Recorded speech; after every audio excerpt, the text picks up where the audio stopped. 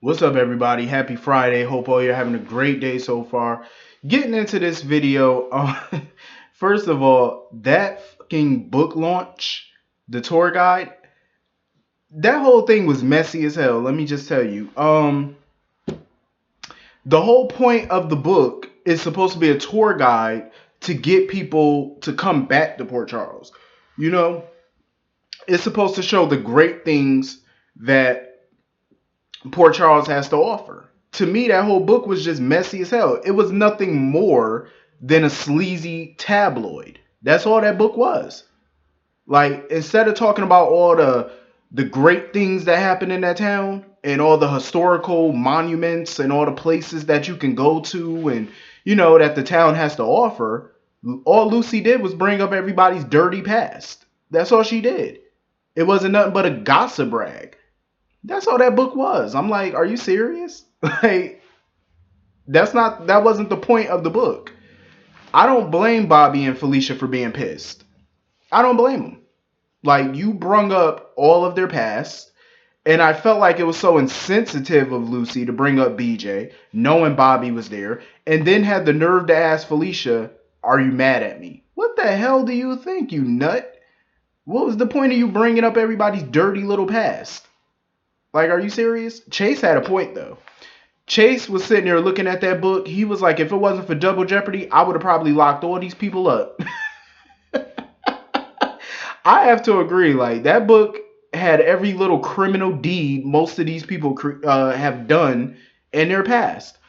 I'm pretty sure Lucy was smart enough to keep Sonny and his dirt out of that book. I'm pretty sure she was smart enough to do that. Seeing as how Sonny was her benefactor for that book, I don't think she was stupid enough to put anything salacious about Sonny in there, because she wouldn't be no fool, and she knows Sonny wouldn't play that.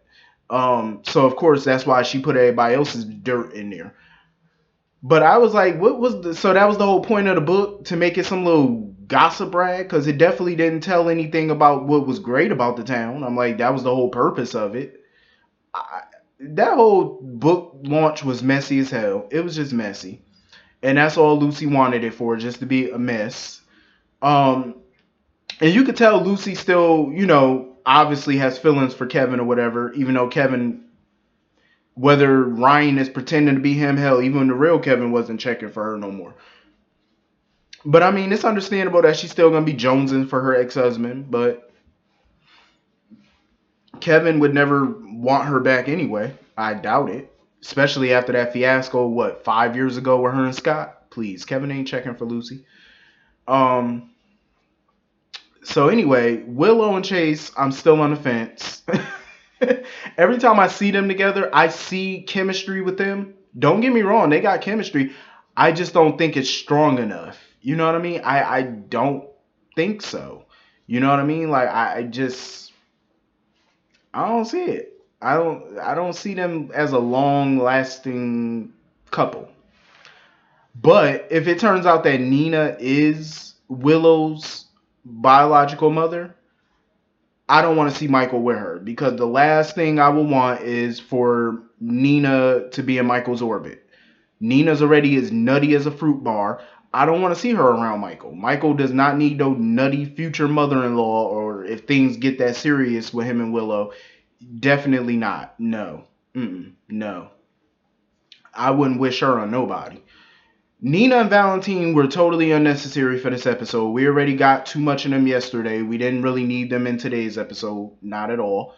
Um, Valentine is basically running around behind Nina the whole event, humping her leg like one of them little foo-foo dogs. Like, he would not back up off of her. Like, I'm like, okay, you do know that her company is pretty much launching this book party. So of course she has to do a lot of running around, mingling, networking, whatever you want to call it, hosting. So she ain't got time to be up around you all day, the whole night. You know what I mean? But Valentine was all up under her, like, the whole night. All because of this stupid marriage proposal that he gave her. And Nina, of course, talking about something every time they together or they're married or whatever, secrets come out and things get bad or whatever. Nina, it don't matter if you're divorced from him, as long as you're in a relationship with him. Marriage ain't got nothing to do with it. If you're in a relationship with him, secrets are gonna come out. He's gonna continue to lie to you no matter what. It don't matter if you're married or not. but you're the dummy that keeps going back to him. You know what I mean? Even nobody's happy for her. Maxie was wondering why she's back with him. Curtis is not happy for him. Obrecht made her feelings very clear on numerous occasions. Like nobody's rooting for the two of them to get back together. And I think Nina's starting to notice that. But she's still being blind and stupid, don't care. Like I think she's being cautious as far as them getting married again, but she's still being stupid as far as being back in his orbit in a romantic way. You know, you're still being dumb about it. And you notice that everybody's not rooting for them. Like nobody wants to see them back together at this point. Hell, I don't either. You know, but in my opinion, with the way that she's been acting towards Willow and stuff at this point, and the way she's been ignoring everybody's warning signs, knowing what she knows about Valentine, she deserves whatever she gets at this point. You know, you deserve whatever you get, whatever karma and bad thing that happens. Because trust me, all of this is gonna blow up in Nina's face, all of it. Um, I really did feel bad for Bobby when BJ was brought up and she had to relive all of that stuff. You know, Lucy was totally insensitive with that. Like she really was. Then when she started talking about Felicia and her being in a loony bin, I'm like, Lucy, shut up. Like Mac had to hurry up and shut her down. He said, Lucy, let me get you another drink. I said, for real, like shut it down. Um, Ava, Ava came to the party. She didn't care whether she was invited or not. Lucy sitting there talking about, oh, I didn't invite you. You talking to Ava Jerome. Do Ava Jerome look like she need an invite to anybody's event? Ava will pop the hell up whenever she feels like it because that's Ava Jerome. She don't care. She'll go to anybody's event. It ain't like security was turning her away, so she don't care. What you gonna do about it? Um. So anyway, moving on from that. Maxie was basically sitting there comparing Nathan and Peter. I'm like, there's no comparison. Nathan was way different than Peter. There's no comparison. I can understand why Maxie is conflicted about moving on from Nathan and stuff, as far as like getting into a new relationship. I mean, it's only been a year since he died. You know what I'm saying? It's only been coming up on 1 year. They haven't hit the 1 year mark officially yet since his death. But I can understand why she's conflicted. It's been a year. She feel a part of her do feel like it's time for her to move on and jump back into the dating scene. But then when she starts to feel like she's about to do that, another part of her backs up. You know what I'm saying? Like she's not fully ready. She should take her time. You just had you got a child that's a few months old, going on a year, going on 1 year old. Your focus should be on your career and your child. Relationship, you can get into that when you're 1000% ready. You know what I'm saying? There's no rush. Take your time. There's no rush into it. Whether it's with Peter or whoever, take your time. You got all the time, so you got plenty of it. So just take your time, do you. Focus on your child, focus on you, focus on your career. Not in that order, but Anyway, moving on from that mess. Lulu is about the dumbest. Listen, as a journalist, I get her. Like, she's a journalist. I get it. She's doing her job. But when your boss tells you to back off of a story, back off the damn story. She's so persistent, like so hard-headed.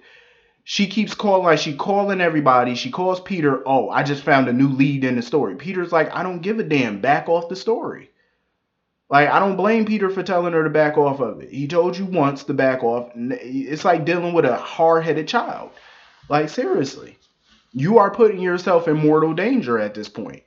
And my whole thing is, I get it. It's her career. She's doing her job. But at the same time, you have 2 children to think about.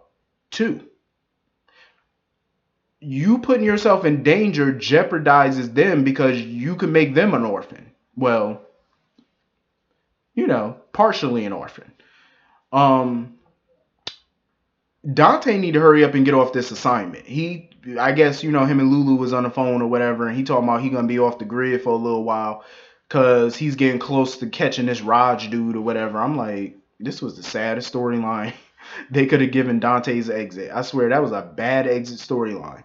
You have him leave town to go chase after a criminal that nobody cares about, nobody even thought twice about.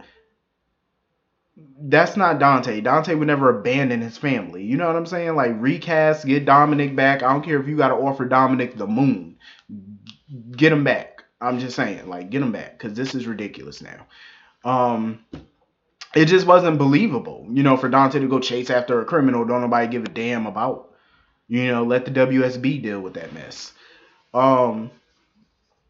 Lulu just put herself in all type of mess. Now Ryan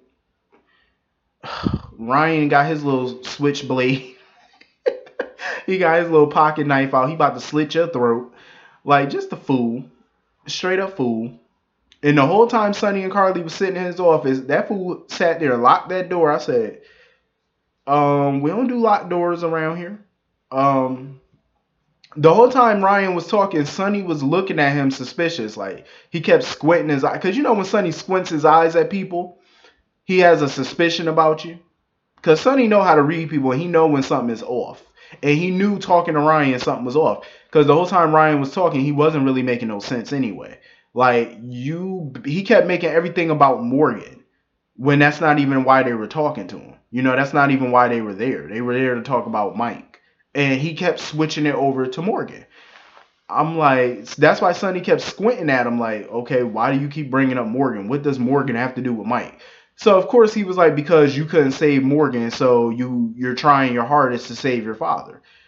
In a way, it kind of made sense, but then again, it's like, no. One ain't got nothing to do with the other. I'm sorry, but it don't.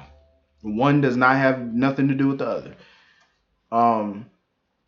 I'm just sitting there the whole time watching. I'm like, he got that pocket knife sitting in close proximity, but I'm pretty sure Sonny has a gun on him. So even if he were to get that knife and pull it up, I'm like, Sonny would have quickly pulled that gun out and shot you. Like, he could have quickly done it. I'm just thinking the whole time they sitting there, I'm like, you do know y'all in danger, right? You might want to get the hell up out of here. So they made it out in one piece, which we all know that they would. Sonny and Carly ain't going nowhere. We all know this. They're not dying. We know. But I'm kind of curious. Like, you really thought that you were going to kill them with a pocket knife? Really? That pocket knife wasn't going to do no damage, especially when Sonny be packing all the time. He got a gun on him most of the time. Ryan, that was a stupid plan. I'm just saying. If you're going to ambush somebody, be a little smarter about it. But anyway, this was a okay episode. It wasn't a major, except for the Lulu part. But we all know Lulu ain't gonna die, But she did get a good crack in the case, though, because she figured it out. Her mother said it was 9 victims or whatever. But she only saw 7 on the website. They only saw 7. So that's why Lulu called him, because she was like, we need to go over all of your victims, like go over your list. Now, Ryan was pissed because now she knows about his list. Because, of course, Laura told her about it. Laura had a good point today, though. She kept telling Lulu, dumb ass, you have a serial killer running around town.